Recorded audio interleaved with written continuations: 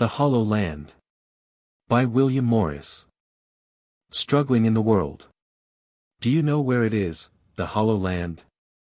I have been looking for it now so long, trying to find it again, the Hollow Land, for there I saw my love first. I wish to tell you how I found it first of all. But I am old, my memory fails me, you must wait and let me think if I perchance can tell you how it happened.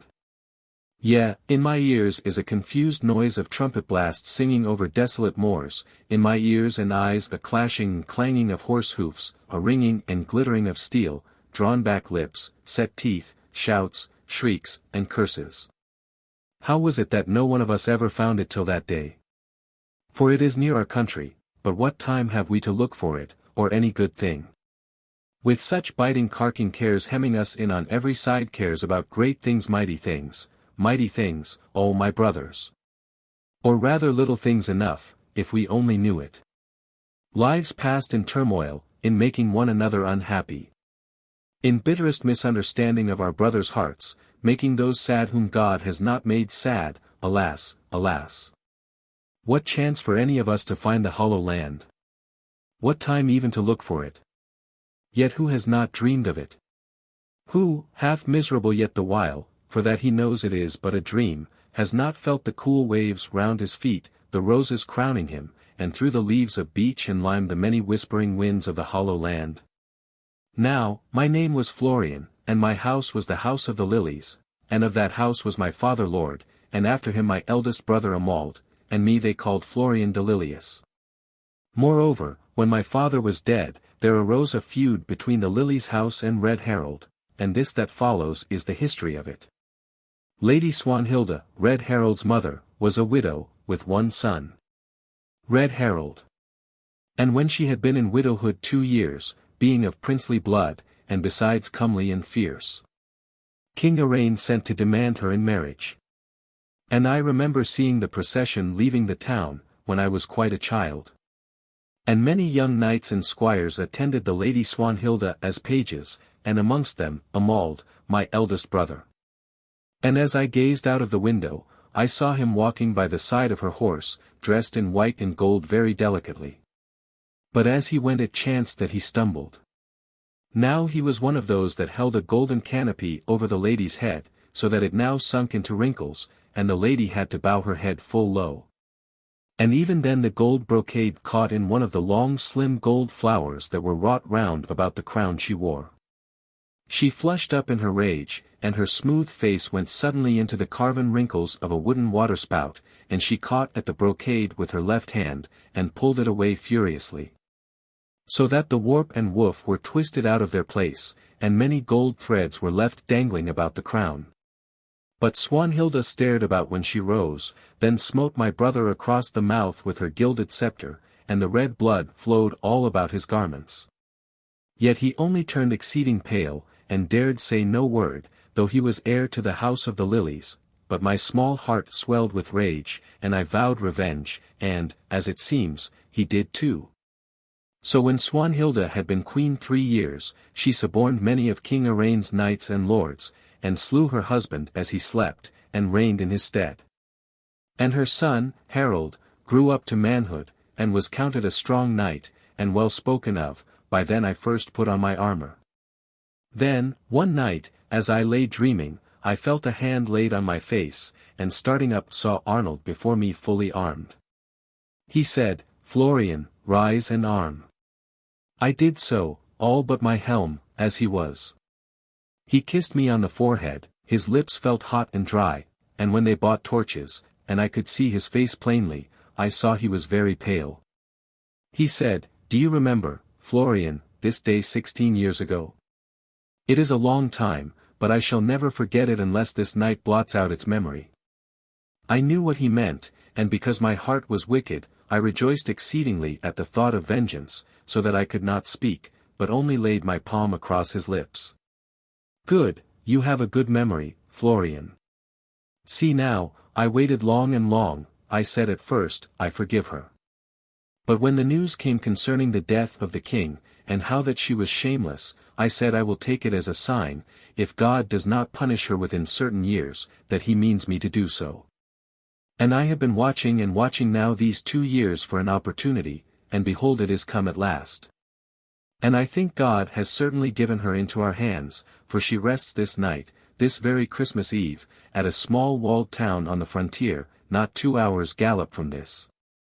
They keep little ward there, and the night is wild. Moreover, the prior of a certain house of monks, just without the walls, is my fast friend in this matter, for she has done him some great injury.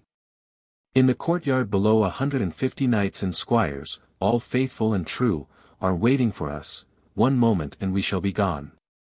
Then we both knelt down, and prayed God to give her into our hands. We put on our helms, and went down into the courtyard. It was the first time I expected to use a sharp sword in anger, and I was full of joy as the muffled thunder of our horse hoofs rolled through the bitter winter night. In about an hour and a half we had crossed the frontier, and in half an hour more the greater part bad halted in a wood near the abbey, while I and a few others went up to the abbey gates, and knocked loudly 4 times with my sword hilt, stamping on the ground meantime.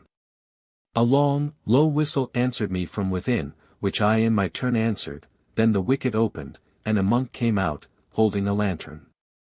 He seemed yet in the prime of life, and was a tall, powerful man. He held the lantern to my face, then smiled, and said, "The banners hang low." I gave the countersign, "The crest is lopped off." "Good my son," said he, "the ladders are within here. I dare not trust any of the brethren to carry them for you, though they love not the witch either, but are timorsome." "No matter," I said, "I have men here." So they entered and began to shoulder the tall ladders. The prior was very busy. "You will find them just the right length, my son, trust me for that." He seemed quite a jolly, pleasant man. I could not understand his nursing furious revenge, but his face darkened strangely whenever he happened to mention her name. As we were starting he came and stood outside the gate, and putting his lantern down that the light of it might not confuse his sight, looked earnestly into the night, then said, "The wind has fallen. The snow flakes get thinner and smaller every moment. In an hour it will be freezing hard, and will be quite clear. Everything depends upon the surprise being complete. Stop a few minutes yet, my son." He went away chuckling, and returned presently with 2 more sturdy monks carrying something. They threw their burdens down before my feet. They consisted of all the white albs in the abbey. "There, trust an old man. Who has seen more than one stricken fight in his carnal days? Let the men who scale the walls put these over their arms, and they will not be seen in the least. God make your sword sharp, my son." So we departed, and when I met Amald again, he said that what the prior had done was well thought of. So we agreed that I should take 30 men, an old squire of our house, well skilled in war, along with them, scale the walls as quietly as possible, and open the gates to the rest. I set off accordingly. After that with low laughing we had put the albs all over us, wrapping the ladders also in white. Then we crept very warily and slowly up to the wall. The moat was frozen over, and on the ice the snow lay quite thick. We all thought that the guards must be careless enough, when they did not even take the trouble to break the ice in the moat, so we listened. There was no sound at all. The Christmas midnight mass had long ago been over. It was nearly 3 o'clock. And the moon began to clear. There was scarce any snow falling now, only a flake or 2 from some low hurrying cloud or other. The wind sighed gently about the round towers there, but it was bitter cold, for it had begun to freeze again. We listened for some minutes, about a quarter of an hour I think, then at a sign from me, they raised the ladders carefully, muffled as they were at the top with swathings of wool. I mounted first, old Squire Hugh followed last. Noiselessly we ascended, and soon stood all together on the walls. Then we carefully lowered the ladders again with long ropes. We got our swords and axes from out of the folds of our priests' raiments, and set forward, till we reached the first tower along the wall. The door was open. In the chamber at the top there was a fire slowly smoldering, nothing else. We passed through it, and began to go down the spiral staircase, I first, with my axe shortened in my hand. What if we were surprised there, I thought, and I longed to be out in the air again. What if the door were fast at the bottom? As we passed the second chamber, we heard someone within snoring loudly. I looked in quietly, and saw a big man with long black hair, that fell off his pillow and swept the ground, lying snoring, with his nose turned up and his mouth open. But he seemed so sound asleep that we did not stop to slay him. Praise be! The door was open, without even a whispered word, without a pause, we went on along the streets, on the side that the drift had been on, because our garments were white, for the wind being very strong all that day. The houses on that side had caught in their cornices and carvings, and on the rough stone and wood of them, so much snow, that except here and there where the black walls grinned out, they were quite white. No man saw us as we stole along, noiselessly because of the snow, till we stood within 100 yards of the gates and their house of guard. And we stood because we heard the voice of some one singing. Queen Mary's crown was gold. King Joseph's crown was red. But Jesus' crown was diamond. That lit up all the bed. Mariae Virginis. So they had some guards after all. This was clearly the sentinel that sang to keep the ghosts off. Now for a fight, we drew nearer, a few yards nearer, then stopped to free ourselves from our monk's clothes. Ships sail through the heaven. With red banners dressed. Carrying the planet 7. To see the white breast. Mariae Virginis. Thereat he must have seen the waving of some alb or other as it shivered down to the ground. For his spear fell with a thud, and he seemed to be standing open-mouthed, thinking something about ghosts. Then, plucking up heart of grace, he roared out like 10 bull-calves, and dashed into the guardhouse. We followed smartly, but without hurry, and came up to the door of it just as some dozen half-armed men came tumbling out under our axes. Thereupon, while our men slew them, I blew a great blast upon my horn. And Hugh with some others drew bolt and bar and swung the gates wide open. Then the men in the guardhouse understood they were taken in a trap, and began to stir with great confusion, so lest they should get quite waked and armed, I left Hugh at the gates with 10 men, and myself led the rest into that house. There while we slew all those that yielded not, came Arnold with the others, bringing our horses with them, then all the enemy threw their arms down. And we counted our prisoners and found them over 80. Therefore, not knowing what to do with them, for they were too many to guard, and it seemed unknightly to slay them all, we sent up some bowmen to the walls, and turning our prisoners out of gates, bid them run for their lives. Which they did fast enough, not knowing our numbers, and our men sent a few flights of arrows among them that they might not be undeceived. Then the 1 or 2 prisoners that we had left, told us, when we had crossed our axes over their heads, that the people of the good town would not willingly fight us, in that they hated the queen. That she was guarded at the palace by some 50 knights, and that beside, there were no others to oppose us in the town, so we set out for the palace, spear in hand.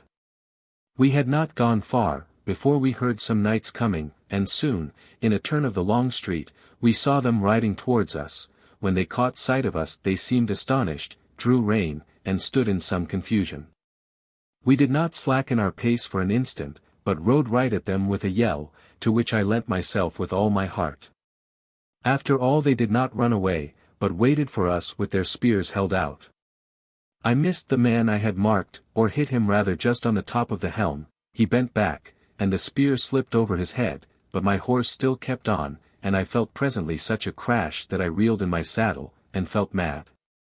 He had lashed out at me with his sword as I came on, hitting me in the ribs, for my arm was raised, but only flatlings. I was quite wild with rage. I turned, almost fell upon him, caught him by the neck with both hands, and threw him under the horse hoofs, sighing with fury.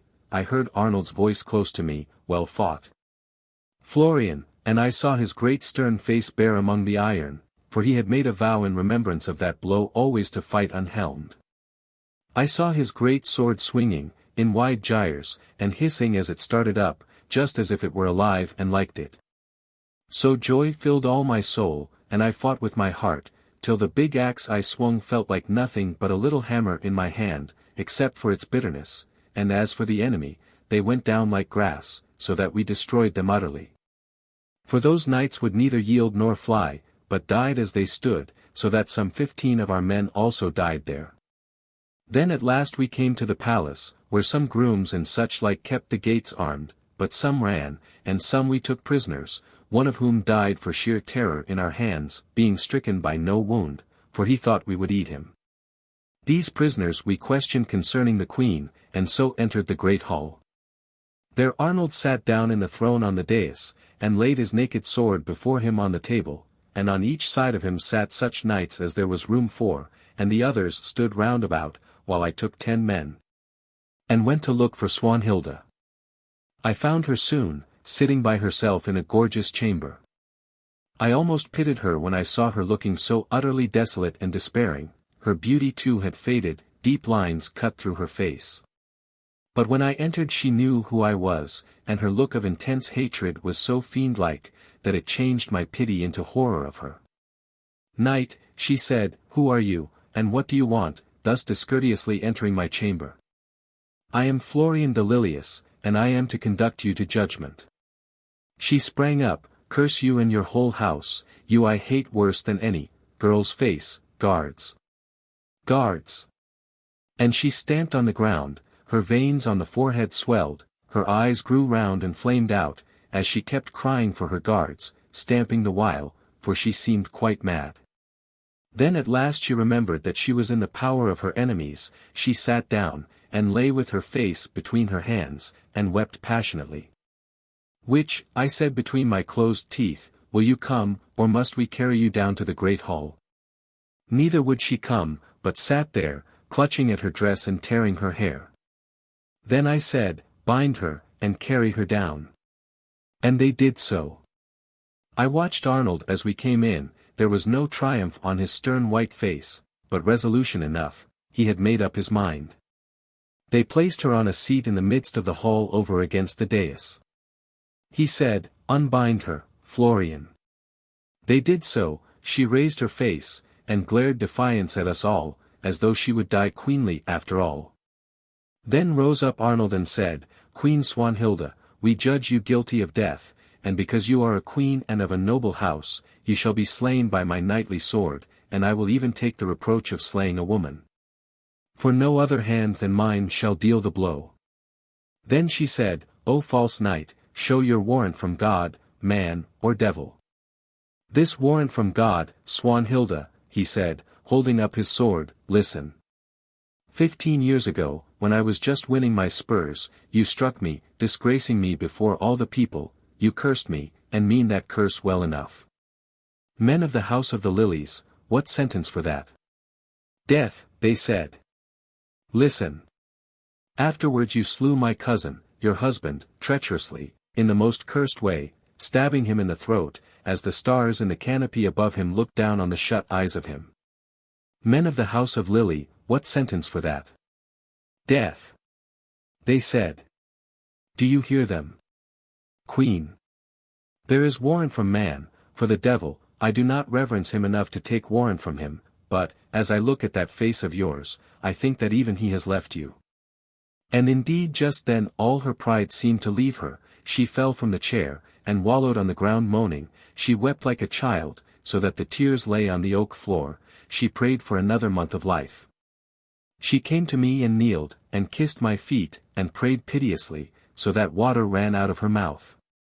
But I shuddered, and drew away. It was like have ing an adder about one. I could have pitied her had she died bravely, but for one like her to whine and whine. Pah! Then from the dais rang Amald's voice terrible, much changed. Let there be an end of all this. And he took his sword and strode through the hall towards her. She rose from the ground and stood up, stooping a little, her head sunk between her shoulders, her black eyes turned up and gloaming, like a tigress about to spring. When he came within some 6 paces of her something in his eye daunted her, or perhaps the flashing of his terrible sword in the torchlight. She threw her arms up with a great shriek, and dashed screaming about the hall. Amald's lip never once curled with any scorn, no line in his face changed. He said, "Bring her here and bind her." But when one came up to her to lay hold on her, she first of all ran at him, hitting with her head in the belly. Then while he stood doubled up for want of breath, and staring with his head up, she caught his sword from the girdle, and cut him across the shoulders, and many others she wounded sorely before they took her. Then Arnold stood by the chair to which she was bound, and poised his sword, and there was a great silence.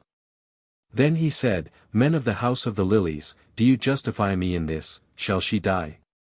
Straightway rang a great shout through the hall, but before it died away the sword had swept round, and therewithal was there no such thing as Swanhilda left upon the earth, for in no battlefield had Arnold struck truer blow.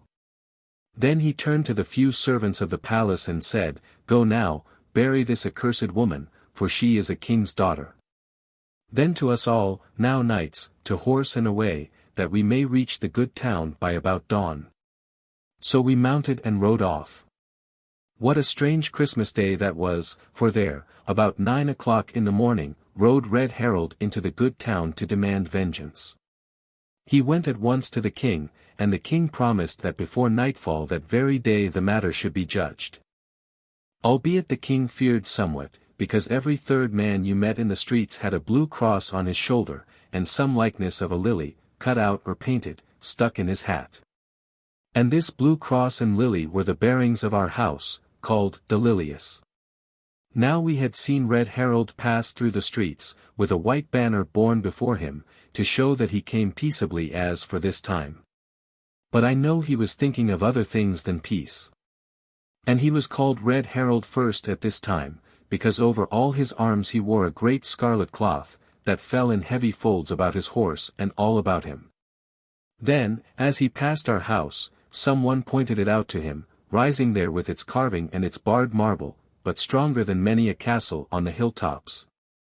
And its great overhanging battlement cast a mighty shadow down the wall and across the street. And above all rose the great tower, or banner floating proudly from the top, whereon was emblazoned on a white ground a blue cross, and on a blue ground 4 white lilies. And now faces were gazing from all the windows, and all the battlements were thronged, so Harald turned, and rising in his stirrups, shook his clenched fist at our house.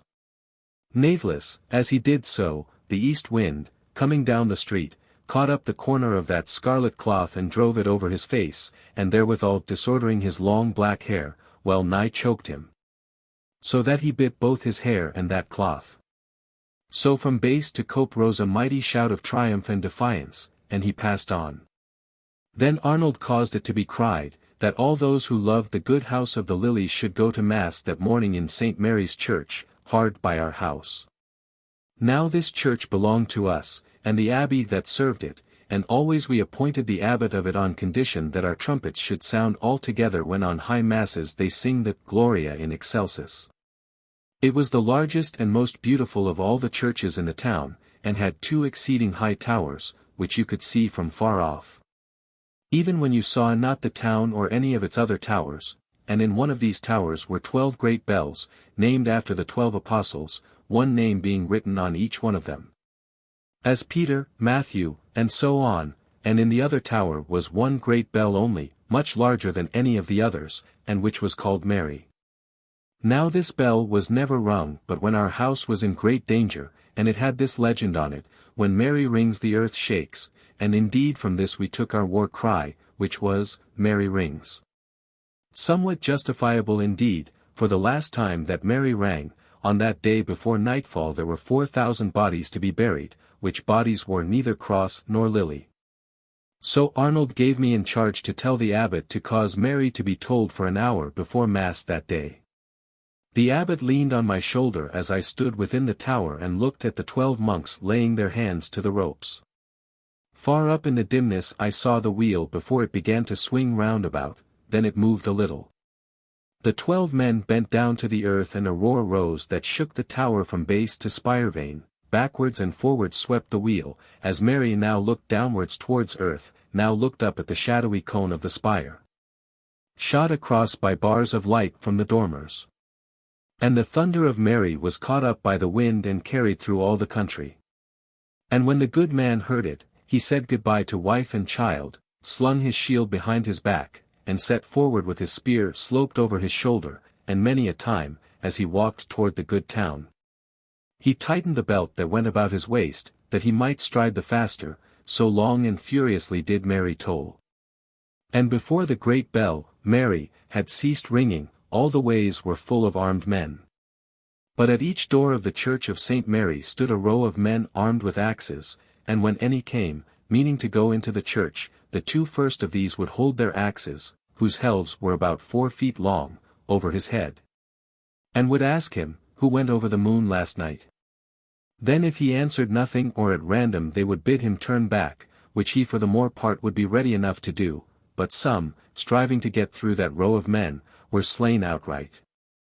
But if he were one of those that were friends to the house of the Lilies he would answer to that question, Mary and John. By the time the Mass began the whole church was full, and in the nave and transept thereof were 3,000 men, all of our house and all armed. But Arnold and myself, and Squire Hugh, and some others sat under a gold-fringed canopy near the choir, and the abbot said Mass, having his mitre on his head. Yet, as I watched him, it seemed to me that he must have something on beneath his priest's vestments, for he looked much fatter than usual, being really a tall lithe man. Now, as they sung the Kyrie, some one shouted from the other end of the church, My Lord Arnold, they are slaying our people without. For, indeed, all the square about the church was full of our people, who for the press had not been able to enter, and were standing there in no small dread of what might come to pass.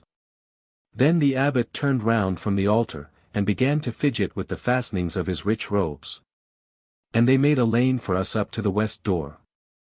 Then I put on my helm and we began to go up the nave, then suddenly the singing of the monks and all stopped. I heard a clinking and a buzz of voices in the choir. I turned, and saw that the bright noon sun was shining on the gold of the priest's vestments, as they lay on the floor, and on the mail that the priests carried. So we stopped, the choir gates swung open, and the abbot marched out at the head of his men, all fully armed, and began to strike up the psalm Exurgat Deus. When we got to the west door, there was indeed a tumult, but as yet no slaying. The square was all a-flicker with steel, and we beheld a great body of knights, at the head of them Red Harald and the king, standing over against us. But our people, pressed against the houses, and into the comers of the square, were, some striving to enter the doors, some beside themselves with rage, shouting out to the others to charge. Withal, some were pale and some were red with the blood that had gathered to the wrathful faces of them. Then said Arnold to those about him, Lift me up. So they laid a great shield on 2 lances, and these 4 men carried, and thereon stood Arnold, and gazed about him. Now the king was unhelmed, and his white hair, for he was an old man, flowed down behind him on to his saddle. But a maid's hair was cut short, and was red. And all the bells rang. Then the king said, O Arnold of the Lilies, will you settle this quarrel by the judgment of God? And the maid thrust up his chin, and said, Yea. How then, said the king, and where? Will it please you try now, said Arnold. Then the king understood what he meant, and took in his hand from behind tresses of his long white hair, twisting them round his hand in his wrath, but yet said no word, till I suppose his hair put him in mind of something. And he raised it in both his hands above his head, and shouted out aloud, O knights, hearken to this traitor. Whereat, indeed, the lances began to move ominously. But Arnold spoke. O you king and lords, what have we to do with you? Were we not free in the old time, up among the hills there? Wherefore give way, and we will go to the hills again. And if any man try to stop us, his blood be on his own head. Wherefore now, and he turned, all you house of the Lily, both soldiers and monks, let us go forth together fearing nothing. For I think there is not bone enough or muscle enough in these fellows here that have a king that they should stop us withal, but only skin and fat. And truly, no man dared to stop us, and we went. How do you find this book? Any thoughts about the book or the author? Any suggestion for improvement? Please take a moment to share your thoughts in a comment. If you like it, share it with your friends who might enjoy it as well. Subscribe to keep in touch. Visit CompleteAudiobooks.com for more quality content. Failing in the world. Now at that time we drove cattle in Red Harald's land. And we took no hoof but from the lords and rich men, but of these we had a mighty drove, both oxen and sheep, and horses, and besides, even hawks and hounds, and huntsmen or 2 to take care of them. And, about noon, we drew away from the cornlands that lay beyond the pastures, and mingled with them, and reached a wide moor, which was called Goliath's land. I scarce know why, except that it belonged neither to Red Harald or us, but was debatable. And the cattle began to go slowly, and our horses were tired, and the sun struck down very hot upon us, for there was no shadow, and the day was cloudless. All about the edge of the moor, except on the side from which we had come, was a rim of hills, not very high, but very rocky and steep, otherwise the moor itself was flat. And through these hills was one pass, guarded by our men, which pass led to the hill castle of the Lilies. It was not wonderful, that of this moor many wild stories were told, being such a strange lonely place, some of them one knew, alas to be over true. In the old time, before we went to the good town, this moor had been the mustering place of our people, and our house had done deeds enough of blood and horror to turn our white lilies red, and our blue cross to a fiery one. But some of those wild tales I never believed. They had to do mostly with men losing their way without any apparent cause, for there were plenty of landmarks, finding some well-known spot, and then, just beyond it, a place they had never even dreamed of. Florian. Fyorian. Said Arnold, for God's sake stop. As everyone else is stopping to look at the hills yonder, I always thought there was a curse upon us.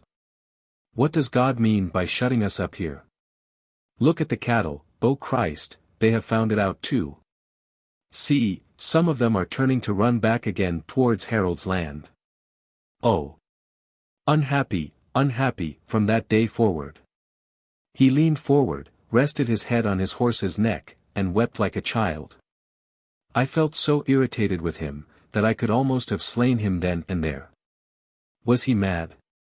Had these wild doings of ours turned his strong wise head? Are you my brother Arnold, that I used to think such a grand man when I was a boy? I said, or are you changed too, like everybody, and everything else? What do you mean? Look! Look, he said, grinding his teeth in agony. I raised my eyes. Where was the one pass between the rim of stern rocks? Nothing, the enemy behind us, that grim wall in front. What wonder that each man looked in his fellow's face for help, and found it not. Yet I refused to believe that there was any truth either in the wild stories that I had heard when I was a boy, or in this story told me so clearly by my eyes now. I called out cheerily, Hugh, come here. He came. What do you think of this? Some mere dodge on Harald's part? Are we cut off? Think. Sir Florian. God forgive me for ever thinking at all. I have given up that long and long ago, because 30 years ago I thought this, that the House of Lilies would deserve anything in the way of bad fortune that God would send them, so I gave up thinking, and took to fighting. But if you think that Harald had anything to do with this, why in God's name, I wish I could think so. I felt a dull weight on my heart. Had our house been the devil's servants all along? I thought we were God's servants. The day was very still, but what little wind there was at our backs. I watched Hugh's face, not being able to answer him. He was the cleverest man at war that I have known either before or since that day. Sharper than any hound in ear and scent, clearer sighted than any eagle, he was listening now intently. I saw a slight smile cross his face, heard him mutter, yes. I think so, verily that is better, a great deal better. Then he stood up in his stirrups, and shouted, Hurrah for the Lilies! Merry rings! Merry rings! I shouted, though I did not know the reason for his exultation. My brother lifted his head, and smiled too, grimly. Then as I listened I heard clearly the sound of a trumpet, an enemy's trumpet too. After all, it was only mist, or some such thing, I said, for the pass between the hills was clear enough now. Hurrah! Only mist, said Amald, quite elated. Merry rings, and we all began to think of fighting, for after all what joy is equal to that? There were 500 of us, 200 spears, the rest archers, and both archers and men at arms were picked men. How many of them are we to expect, said I, not under 1,000, certainly, probably more, Sir Florian. My brother Arnold, by the way, had knighted me before we left the good town, and Hugh liked to give me the handle to my name. How was it, by the way, that no one had ever made him a knight? Let every one look to his arms and horse, and come away from these silly cows' sons, shouted Arnold. Hugh said, they will be here in an hour, fair sir.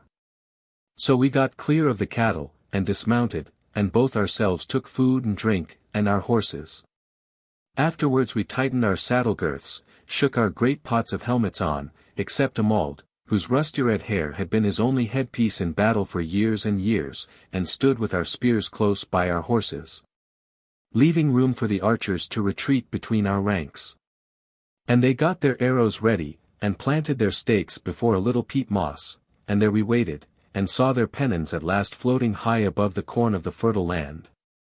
Then heard their many horse hoofs ring upon the hard parched moor, and the archers began to shoot.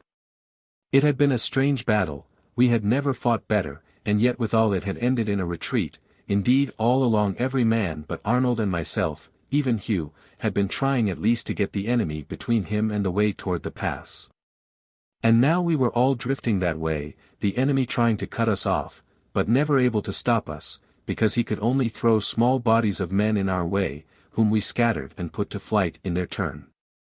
I never cared less for my life than then. Indeed, in spite of all my boasting and hardness of belief, I should have been happy to have died, such a strange weight of apprehension was on me, and yet I got no scratch even.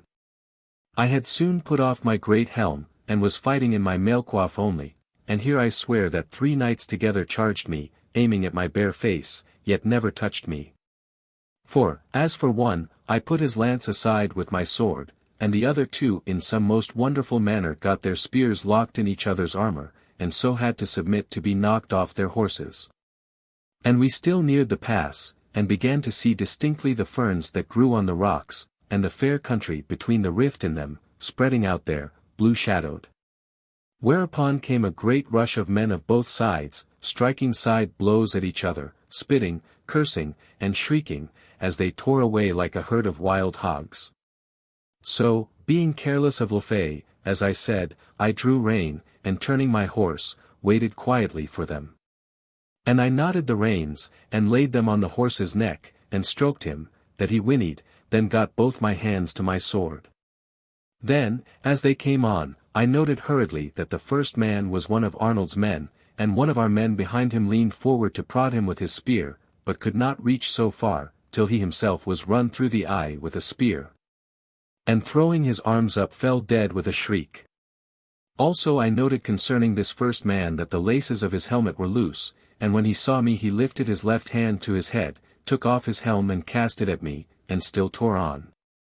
The helmet flew over my head, and I sitting still there, swung out, hitting him on the neck, his head flew right off, for the mail no more held than a piece of silk. Merry rings, and my horse whinnied again, and we both of us went at it, and fairly stopped that rout, so that there was a knot of quite close and desperate fighting, wherein we had the best of that fight and slew most of them. Albeit my horse was slain and my mailcoif cut through. Then I bade a squire fetch me another horse, and began meanwhile to upbraid those knights for running in such a strange disorderly race, instead of standing and fighting cleverly. Moreover we had drifted even in this successful fight still nearer to the pass, so that the conies who dwelt there were beginning to consider whether they should not run into their holes. But one of those knights said, "Be not angry with me, Sir Florian, but do you think you will go to heaven?" "The saints." "I hope so," I said, but one who stood near him whispered to him to hold his peace, so I cried out, "O friend, I hold this world and all therein so cheap now, that I see not anything in it but shame which can any longer anger me, wherefore speak out."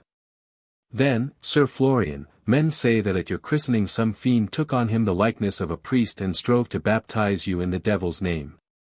But God had mercy on you so that the fiend could not choose but baptize you in the name of the most holy Trinity, and yet men say that you hardly believe any doctrine such as other men do, and will at the end only go to heaven round about as it were, not at all by the intercession of Our Lady. They say too that you can see no ghosts or other wonders, whatever happens to other Christian men. I smiled. Well, friend, I scarcely call this a disadvantage. Moreover, what has it to do with the matter in hand? How was this in heaven's name?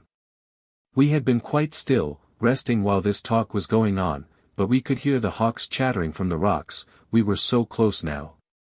And my heart sunk within me, there was no reason why this should not be true. There was no reason why anything should not be true.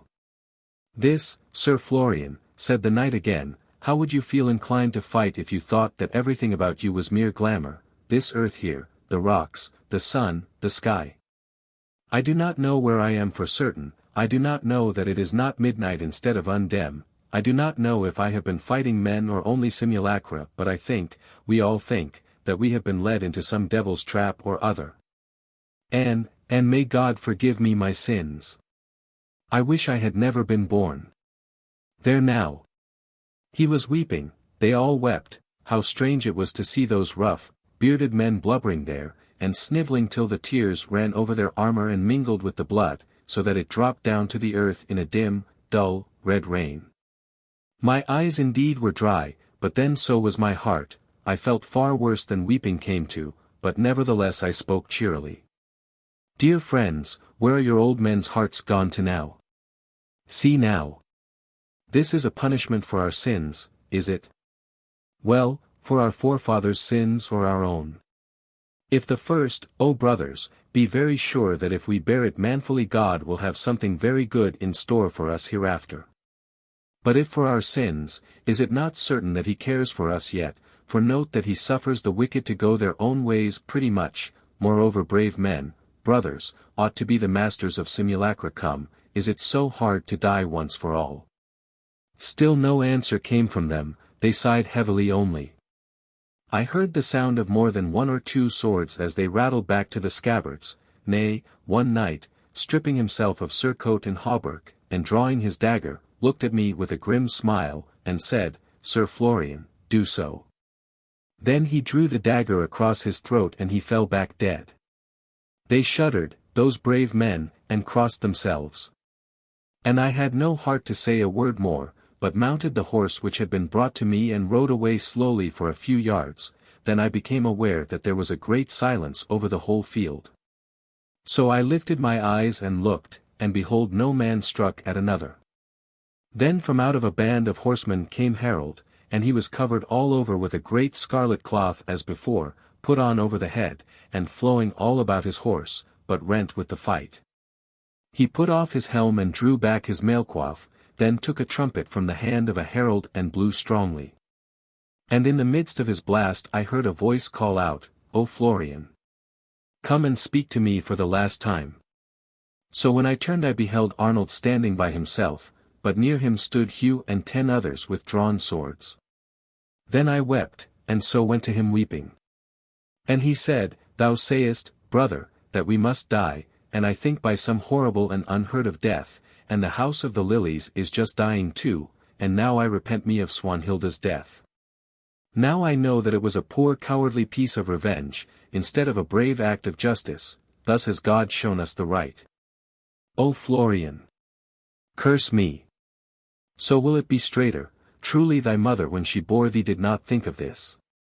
Rather saw thee in the tourney at this time, in her fond hopes, glittering with gold and doing knightly, or else mingling thy brown locks with the golden hair of some maiden weeping for the love of thee. God forgive me! God forgive me! What harm, brother? I said, this is only failing in the world, what if we had not failed, in a little while it would have made no difference, truly just now I felt very miserable, but now it has passed away, and I am happy. O brave heart! He said, yet we shall part just now, Florian, farewell. The road is long, I said, farewell. Then we kissed each other, and Hugh and the others wept. Now all this time the trumpets had been ringing, great doleful peals, then they ceased, and above all sounded Red Harald's voice. So I looked round towards that pass, and when I looked I no longer doubted any of those wild tales of glamour concerning Goliath's land. And for though the rocks were the same, and though the conies still stood gazing at the doors of their dwellings, though the hawks still cried out shrilly, though the ferns still shook in the wind, yet beyond, oh such a land! Not to be described by any because of its great beauty, lying, a great hollow land, the rocks going down on this side in precipices, then reaches and reaches of loveliest country, trees and flowers, and corn, then the hills, green and blue and purple, till their ledges reached the white snowy mountains at last. Then with all manner of strange feelings, my heart in the midst of my body was even like melting wax. O you house of the lily! You are conquered, yet I will take vengeance only on a few, therefore let all those who wish to live come and pile their swords, and shields, and helms behind me in 3 great heaps, and swear fealty afterwards to me. Yes, all but the false knights Arnold and Florian. We were holding each other's hands and gazing, and we saw all our knights, yea, all but Squire Hugh and his 10 heroes, pass over the field singly, or in groups of 3 or 4, with their heads hanging down in shame. And they cast down their notched swords and dinted, lilied shields, and brave crested helms into 3 great heaps, behind Red Harald, then stood behind, no man speaking to his fellow, or touching him. Then dolefully the great trumpets sang over the dying house of the Lily, and Red Harald led his men forward, but slowly, on they came, spear and mail glittering in the sunlight. And I turned and looked at that good land, and a shuddering delight seized my soul. But I felt my brother's hand leave mine, and saw him turn his horse's head and ride swiftly toward the pass, that was a strange pass now. And at the edge he stopped, turned round and called out aloud, I pray thee, Harold, forgive Mel now farewell all. Then the horse gave one bound forward, and we heard the poor creature scream when he felt that he must die, and we heard afterwards, for we were near enough for that even, a clang and a crash. So I turned me about to Hugh, and he understood me though I could not speak. We shouted all together, merry rings, then laid our bridles on the necks of our horses, spurred forward, and in 5 minutes they were all slain, and I was down among the horse hoofs. Not slain though, not wounded. Red Harald smiled grimly when he saw me rise and lash out again. He and some 10 others dismounted, and holding their long spears out, I went back, I saw what it meant, and sheathed my sword, and their laughter rolled all about me, and I too smiled. Presently they all stopped, and I felt the last foot of turf giving under my feet. I looked down and saw the crack there widening, then in a moment I fell, and a cloud of dust and earth rolled after me. Then again their mirth rose into thunder peals of laughter. But through it all I heard Red Harald shout, silence! Evil dogs! For as I fell I stretched out my arms, and caught a tuft of yellow broom some 3 feet from the brow, and hung there by the hands, my feet being loose in the air. Then Red Harald came and stood on the precipice above me, his great axe over his shoulder, and he looked down on me not ferociously, almost kindly, while the wind from the hollow land blew about his red raiment, tattered and dusty now.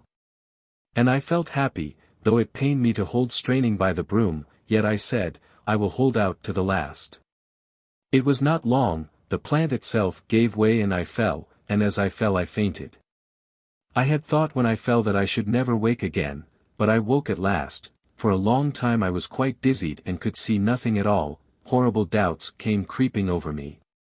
I half expected to see presently great half-formed shapes come rolling up to me to crush me.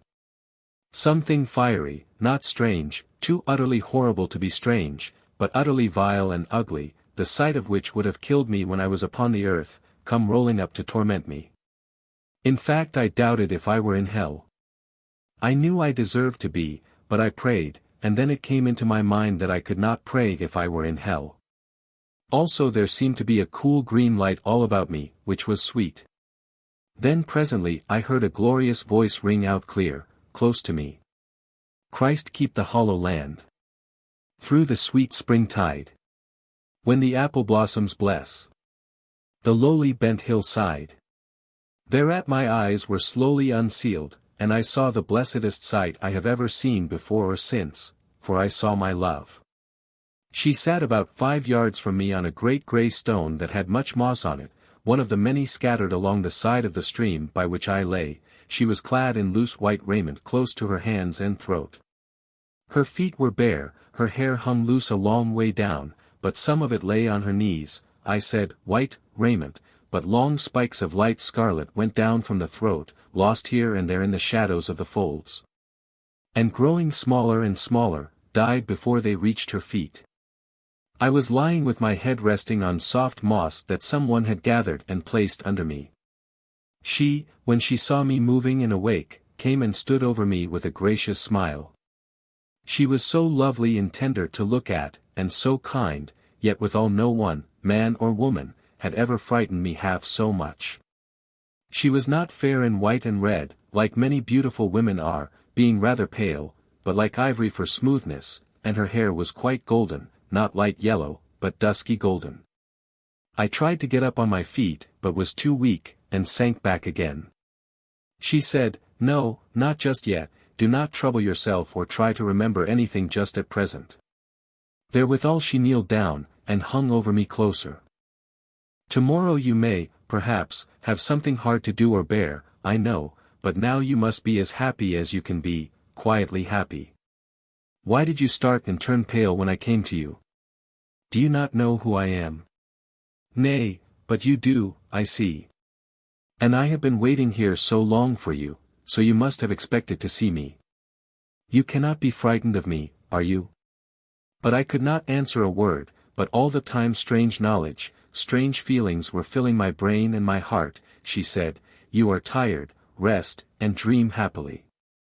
So she sat by me, and sang to lull me to sleep, while I turned on my elbow, and watched the waving of her throat, and the singing of all the poets I had ever heard, and of many others too, not born till years long after I was dead. Floated all about me as she sang, and I did indeed dream happily. When I awoke it was the time of the cold dawn, and the colors were gathering themselves together. Whereat in fatherly approving fashion the sun sent all across the east long bars of scarlet and orange that after faded through yellow to green and blue. And she sat by me still, I think she had been sitting there and singing all the time, all through hot yesterday, for I had been sleeping day long and night long, all through the falling evening under moonlight and starlight the night through. And now it was dawn, and I think too that neither of us had moved at all. For the last thing I remembered before I went to sleep was the tips of her fingers brushing my cheek, as she knelt over me with down-drooping arm, and still now I felt them there. Moreover she was just finishing some fainting measure that died before it had time to get painful in its passion. Dear Lord! How I loved her! Yet did I not dare to touch her, or even speak to her. She smiled with delight when she saw I was awake again, and slid down her hand on to mine, but some shuddering dread made me draw it away again hurriedly. Then I saw the smile leave her face. What would I not have given for courage to hold her body quite tight to mine? But I was so weak. She said, "Have you been very happy?" "Yeah," I said. It was the first word I had spoken there, and my voice sounded strange. "Ah," she said, "you will talk more when you get used to the air of the hollow land. Have you been thinking of your past life at all? If not, try to think of it. What thing in heaven or earth do you wish for most?" Still I said no word, but she said in a wearied way, "Well now, I think you will be strong enough to get to your feet and walk, take my hand and try." Therewith she held it out. I strove hard to be brave enough to take it, but could not. I only turned away shuddering, sick, and grieved to the heart's core of me. Then struggling hard with hand and knee and elbow, I scarce rose, and stood up totteringly, while she watched me sadly, still holding out her hand. But as I rose, in my swinging to and fro the steel sheath of my sword struck her on the hand so that the blood flowed from it, which she stood looking at for a while, then dropped it downwards, and turned to look at me, for I was going. Then as I walked she followed me, so I stopped and turned and said almost fiercely, "I am going alone to look for my brother."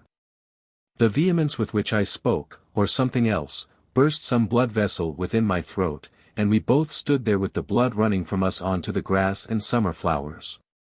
She said, "If you find him, wait with him till I come." Yeah, and I turned and left her, following the course of the stream upwards, and as I went I heard her low singing that almost broke my heart for its sadness. And I went painfully because of my weakness, and because also of the great stones. And sometimes I went along a spot of earth where the river had been used to flow in flood time, and which was now bare of everything but stones. And the sun, now risen high, poured down on everything a great flood of fierce light and scorching heat, and burnt me sorely, so that I almost fainted. But about noontide I entered a wood close by the stream, a beech wood, intending to rest myself. The herbage was thin and scattered there, sprouting up from amid the leaf sheaths and nuts of the beeches, which had fallen year after year on that same spot. The outside boughs swept low down, the air itself seemed green when you entered within the shadow of the branches, they overroofed the place so with tender green, only here and there showing spots of blue. But what lay at the foot of a great beech tree but some dead knight in armor, only the helmet off? A wolf was prowling round about it, who ran away snarling when he saw me coming. So I went up to that dead knight, and fell on my knees before him, laying my head on his breast, for it was Arnold. He was quite cold, but had not been dead for very long. I would not believe him dead, but went down to the stream and brought him water, tried to make him drink. What would you? He was as dead as Swanhilda, neither came there any answer to my cries that afternoon but the moaning of the wood doves in the beeches. So then I sat down and took his head on my knees, and closed the eyes, and wept quietly while the sun sank lower. But a little after sunset I heard a rustle through the leaves, that was not the wind, and looking up my eyes met the pitying eyes of that maiden. Something stirred rebelliously within me. I ceased weeping, and said, "It is unjust, unfair, what right had Swanhilda to live? Did not God give her up to us? How much better was he than 10 Swanhildas? And look you, see! He is dead." Now this I shrieked out, being mad. And though I trembled when I saw some stormy wrath that vexed her very heart and loving lips, gathering on her face, I yet sat there looking at her and screaming, till all the place rang. But when growing hoarse and breathless I ceased, she said, with straightened brow and scornful mouth, "So bravely done. Must I then, though I am a woman, call you a liar, for saying God is unjust? You to punish her, had not God then punished her already? How many times when she woke in the dead night do you suppose she missed seeing King Urrayne's pale face and hacked head lying on the pillow by her side? Whether by night or day, what things but screams did she hear when the wind blew loud round about the palace corners? And did not that face too, often come before her, pale and bleeding as it was long ago, and gaze at her from unhappy eyes? Poor icy with changed purpose in them, no more hope of converting the world when that blow was once struck, truly it was very wicked. No more dreams, but only fierce struggles with the devil for very life, no more dreams but failure at last. And death, happier so in the hollow land. She grew so pitying as she gazed at his dead face that I began to weep again unreasonably, while she saw not that I was weeping, but looked only on Arnold's face, but after turned on me frowning. Unjust. Yes, truly unjust enough to take away life and all hope from her. You have done a base cowardly act, you and your brother here, disguise it as you may. You deserve all God's judgment, you. But I turned my eyes and wet face to her, and said, "Do not curse me there, do not look like Swanhilda, for see now, you said at first that you have been waiting long for me, give me your hand now. For I love you so."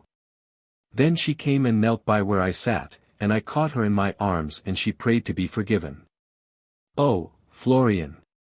I have indeed waited long for you, and when I saw you my heart was filled with joy, but you would neither touch me nor speak to me, so that I became almost mad. Forgive me, we will be so happy now.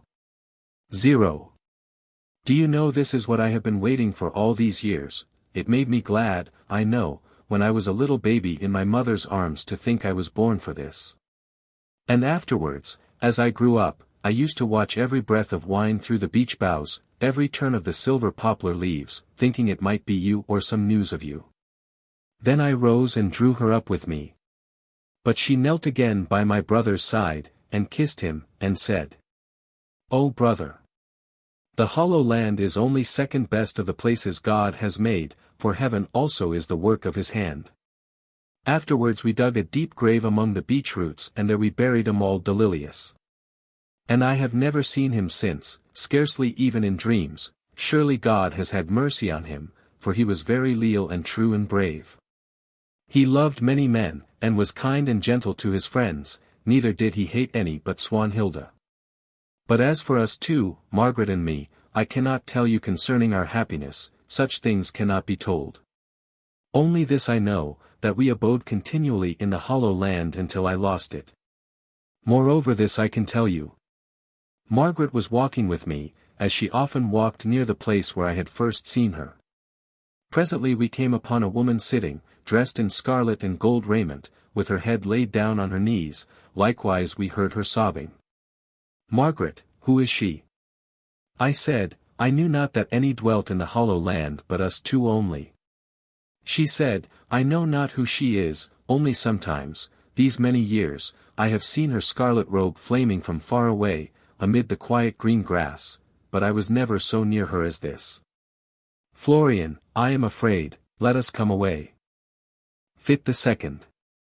Such a horrible grey November day it was, the fog smell all about, the fog creeping into our very bones. And I sat there, trying to recollect, at any rate something, under those fir trees that I ought to have known so well. Just think now, I had lost my best years somewhere. For I was past the prime of life, my hair and beard were scattered with white, my body was growing weaker, my memory of all things was very faint. My raiment, purple and scarlet and blue once, was so stained that you could scarce call it any color. Was so tattered that it scarce covered my body, though it seemed once to have fallen in heavy folds to my feet, and still, when I rose to walk, though the miserable November mist lay in great drops upon my bare breast. Yet was I obliged to wind my raiment over my arm, it dragged so, wretched, slimy, textureless thing. In the brown mud. On my head was a light morion, which pressed on my brow and pained me, so I put my hand up to take it off, but when I touched it I stood still in my walk shuddering, I nearly fell to the earth with shame and sick horror. For I laid my hand on a lump of slimy earth with worms coiled up in it. I could scarce forbear from shrieking, but breathing such a prayer as I could think of, I raised my hand again and seized it firmly. Worse horror still, the rust had eaten it into holes, and I gripped my own hair as well as the rotting steel, the sharp edge of which cut into my fingers. But setting my teeth, gave a great wrench, for I knew that if I let go of it then, no power on the earth or under it could make me touch it again. God be praised. I tore it off and cast it far from me. I saw the earth, and the worms and green weeds and sun-begotten slime, whirling out from it radiatingly, as it spun round about. I was girt with a sword too, the leathern belt of which had shrunk and squeezed my waist, dead leaves had gathered in knots about the buckles of it, the gilded handle was encrusted with clay in many parts, the velvet sheath miserably worn. But, verily, when I took hold of the hilt, and pent in my hand, lo! Then, I drew out my own true blade and shook it flawless from hilt to point, gleaming white in that mist. Therefore it sent a thrill of joy to my heart, to know that there was one friend left me yet. I sheathed it again carefully, and undoing it from my waist, hung it about my neck. Then catching up my rags in my arms, I drew them up till my legs and feet were altogether clear from them, afterwards folded my arms over my breast, gave a long leap and ran, looking downward, but not giving heed to my way. Once or twice I fell over stumps of trees, and such like, for it was a cut-down wood that I was in, but I rose always, though bleeding and confused, and went on still. Sometimes tearing madly through briars and gorse bushes, so that my blood dropped on the dead leaves as I went. I ran in this way for about an hour, then I heard a gurgling and splashing of waters. I gave a great shout and leapt strongly, with shut eyes, and the black water closed over me. When I rose again, I saw near me a boat with a man in it, but the shore was far off. I struck out toward the boat, but my clothes which I had knotted and folded about me, weighed me down terribly. The man looked at me, and began to paddle toward me with the oar he held in his left hand, having in his right a long, slender spear, barbed like a fish hook. Perhaps, I thought, it is some fishing spear. Moreover his raiment was of scarlet, with upright stripes of yellow and black all over it. When my eye caught his, a smile widened his mouth as if someone had made a joke. But I was beginning to sink, and indeed my head was almost under water just as he came and stood above me, but before it went quite under, I saw his spear gleam, then felt it in my shoulder, and for the present, felt nothing else. When I woke I was on the bank of that river, the flooded waters went hurrying past me, no boat on them now. From the river the ground went up in gentle slopes till it grew a great hill, and there, on that hill top, yes, I might forget many things, almost everything, but not that, not the old castle of my fathers up among the hills. Its towers blackened now and shattered, yet still no enemy's banner waved from it. So I said I would go and die there. And at this thought I drew my sword, which yet hung about my neck, and shook it in the air till the true steel quivered, then began to pace towards the castle. I was quite naked, no rag about me. I took no heed of that, only thanking God that my sword was left, and so toiled up the hill. I entered the castle soon by the outer court. I knew the way so well, that I did not lift my eyes from the groyne, but walked on over the lower drawbridge through the unguarded gates. And stood in the great hall at last, me father's hall, as bare of everything but my sword as when I came into the world 50 years before. I had as little clothes, as little wealth, less memory and thought, I verily believe, than then. So I lifted up my eyes and gazed, no glass in the windows, no hangings on the walls, the vaulting yet held good throughout, but seemed to be going, the mortar had fallen out from between the stones, and grass and fern grew in the joints. The marble pavement was in some places gone, and water stood about in puddles, though one scarce knew how it had got there. No hangings on the walls, no. Yet, strange to say, instead of them, the walls blazed from end to end with scarlet paintings, only striped across with green damp marks in many places, some falling bodily from the wall, the plaster hanging down with the fading color on it. In all of them, except for the shadows and the faces of the figures, there was scarce any color but scarlet and yellow. Here and there it seemed the painter, whoever it was, had tried to make his trees or his grass green, but it would not do. Some ghastly thoughts must have filled his head, for all the green went presently into yellow, outsweeping through the picture dismally. But the faces were painted to the very life, or it seemed so. There were only 5 of them, however, that were very marked or came much in the foreground, and 4 of these I knew well, though I did not then remember the names of those that had borne them. They were Red Harald, Swanhilda, Amald, and myself. The 5th I did not know, it was a woman's and very beautiful. Then I saw that in some parts a small penthouse roof had been built over the paintings, to keep them from the weather. Near one of these stood a man painting, clothed in red, with stripes of yellow and black. Then I knew that it was the same man who had saved me from drowning by spearing me through the shoulder. So I went up to him, and saw furthermore that he was girt with a heavy sword. He turned round when he saw me coming, and asked me fiercely what I did there. I asked why he was painting in my castle. Thereupon, with that same grim smile widening his mouth as heretofore, he said, I paint God's judgments. And as he spoke, he rattled the sword in his scabbard, but I said, well, then, you paint them very badly. Listen. I know God's judgments much better than you do. See now, I will teach you God's judgments, and you shall teach me painting. While I spoke he still rattled his sword, and when I had done, shut his right eye tight, screwing his nose on one side. Then said, you have got no clothes on, and may go to the devil. What do you know about God's judgments? Well, they are not all yellow and red, at all events, you ought to know better. He screamed out, oh you fool! Yellow and red. Gold and blood, what do they make? Well, I said, what? Hell. And, coming close up to me, he struck me with his open hand in the face, so that the color with which his hand was smeared was dabbed about my face. The blow almost threw me down, and, while I staggered, he rushed at me furiously with his sword. Perhaps it was good for me that I had got no clothes on. For, being utterly unencumbered, I leapt this way and that, and avoided his fierce, eager strokes till I could collect myself somewhat. While he had a heavy scarlet cloak on that trailed on the ground, and which he often trod on, so that he stumbled.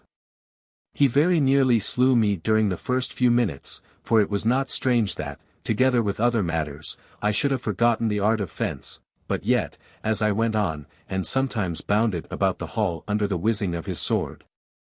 As he rested sometimes, leaning on it, as the point sometimes touched my head and made my eyes start out, I remembered the old joy that I used to have, and the swy of the sharp edge, as one gazed between one's horse's ears.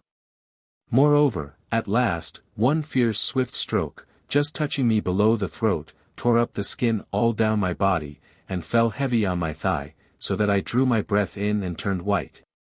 Then first, as I swung my sword round my head, our blades met, oh! To hear that chink again! And I felt the notch my sword made in his, and swung out at him, but he guarded it and returned on me. I guarded right and left, and grew warm, and opened my mouth to shout, but knew not what to say. And our sword points fell on the floor together. Then, when we had panted a while, I wiped from my face the blood that had been dashed over it, shook my sword and cut at him. Then we spun round and round in a mad waltz to the measured music of our meeting swords, and sometimes either wounded the other somewhat but not much, till I beat down his sword on to his head, that he fell grovelling, but not cut through. Verily, thereupon my lips opened mightily with merry rings. Then, when he had gotten to his feet, I went at him again, he staggering back, guarding wildly, I cut at his head. He put his sword up confusedly, so I fitted both hands to my hilt, and smote him mightily under the arm. Then his shriek mingled with my shout, made a strange sound together, he rolled over and over, dead, as I thought. I walked about the hall in great exultation at first, striking my sword point on the floor every now and then, till I grew faint with loss of blood. Then I went to my enemy and stripped off some of his clothes to bind up my wounds withal. Afterwards I found in a corner bread and wine, and I eat and drank thereof. Then I went back to him, and looked, and a thought struck me, and I took some of his paints and brushes, and kneeling down, painted his face thus, with stripes of yellow and red, crossing each other at right angles.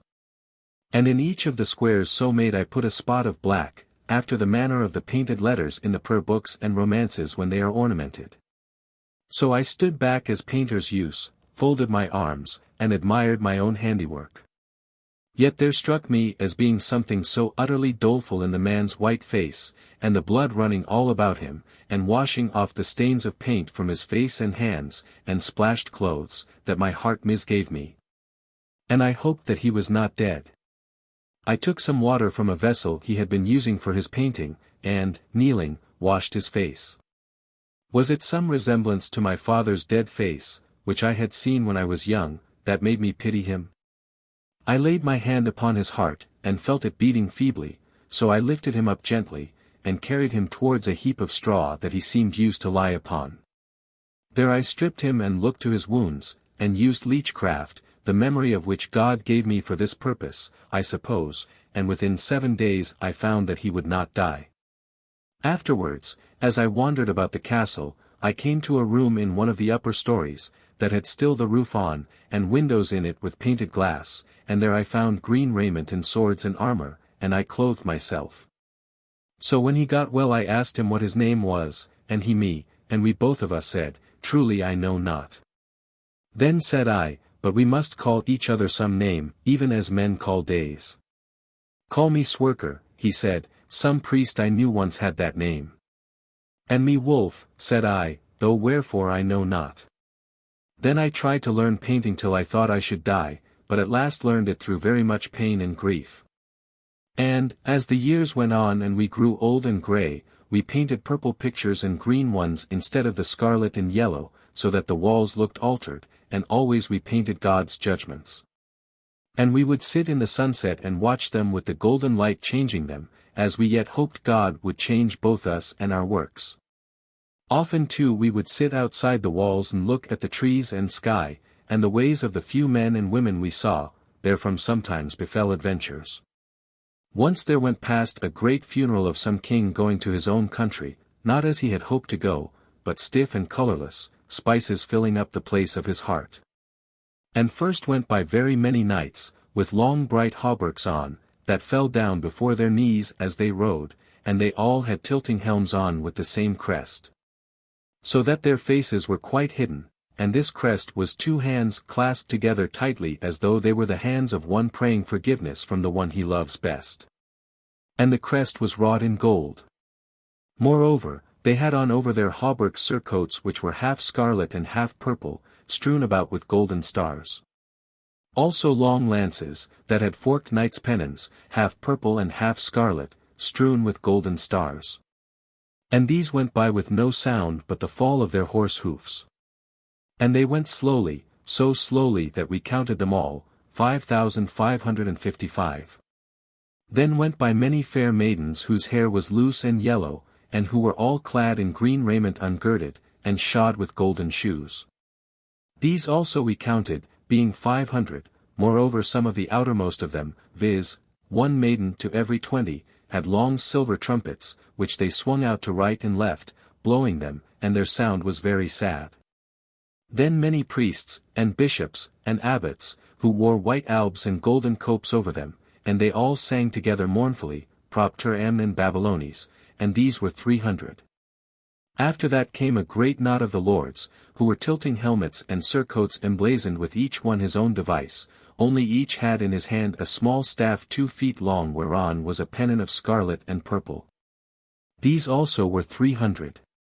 And in the midst of these was a great car hung down to the ground with purple, drawn by grey horses whose trappings were half scarlet, half purple. And on this car lay the king, whose head and hands were bare. And he had on him a surcoat, half purple and half scarlet, strewn with golden stars. And his head rested on a tilting helmet, whose crest was the hands of one praying passionately for forgiveness. But his own hands lay by his side as if he had just fallen asleep. And all about the car were little banners, half purple and half scarlet, strewn with golden stars. Then the king, who counted but as one, went by also. And after him came again many maidens clad in ungirt white raiment strewn with scarlet flowers, and their hair was loose and yellow and their feet bare, and, except for the falling of their feet and the rustle of the wind through their raiment, they went past quite silently. These also were 500. Then lastly came many young knights with long bright hauberks falling over their knees as they rode, and surcoats, half scarlet and half purple, strewn with golden stars. They bore long lances with forked pennons which were half purple, half scarlet, strewn with golden stars. Their heads and their hands were bare, but they bore shields, each one of them, which were of bright steel wrought cunningly in the midst with that bearing of the two hands of one who prays for forgiveness, which was done in gold. These were but 500. Then they all went by winding up and up the hill roads, and, when the last of them had departed out of our sight, we put down our heads and wept, and I said, Sing us one of the songs of the hollow land. Then he whom I had called Swerker put his hand into his bosom, and slowly drew out a long, long tress of black hair, and laid it on his knee and smoothed it, weeping on it, so then I left him there and went and armed myself. And brought armor for him. And then came back to him and threw the armor down so that it clanged, and said, O Harald, let us go. He did not seem surprised that I called him by the right name, but rose and armed himself, and then looked a good knight, so we set forth. And in a turn of the long road we came suddenly upon a most fair woman, clothed in scarlet, who sat and sobbed, holding her face between her bands, and her hair was very black. And when Harald saw her, he stood and gazed at her for long through the bars of Bis' helmet, then suddenly turned, and said, Florian, I must stop here, do you go on to the hollow land? Farewell. Farewell. And then I went on, never turning back, and him I never saw more. And so I went on, quite lonely, but happy, till I had reached the hollow land. Into which I let myself down most carefully, by the jutting rocks and bushes and strange trailing flowers, and there lay down and fell asleep. Fytte the Third. And I was waked by some one singing, I felt very happy, I felt young again, I had fair delicate raiment on, my sword was gone, and my armor, I tried to think where I was, and could not for my happiness. I tried to listen to the words of the song. Nothing, Only an old echo in my ears, only all manner of strange scenes from my wretched past life before my eyes in a dim, far-off manner. Then at last, slowly, without effort, I heard what she sang. Christ keep the hollow land. All the summer tide. Still we cannot understand where the waters glide. Only dimly seeing them. Coldly slipping through many green-lipped cavern mouths. Where the hills are blue. Then, she said, come now and look for it, love, a hollow city in the hollow land. I kissed Margaret, and we went. Through the golden streets under the purple shadows of the houses we went, and the slow fanning backward and forward of the many-colored banners cooled us, we two alone, there was no one with us. No soul will ever be able to tell what we said, how we looked. At last we came to a fair palace, cloistered off in the old time, before the city grew golden from the din and hubbub of traffic.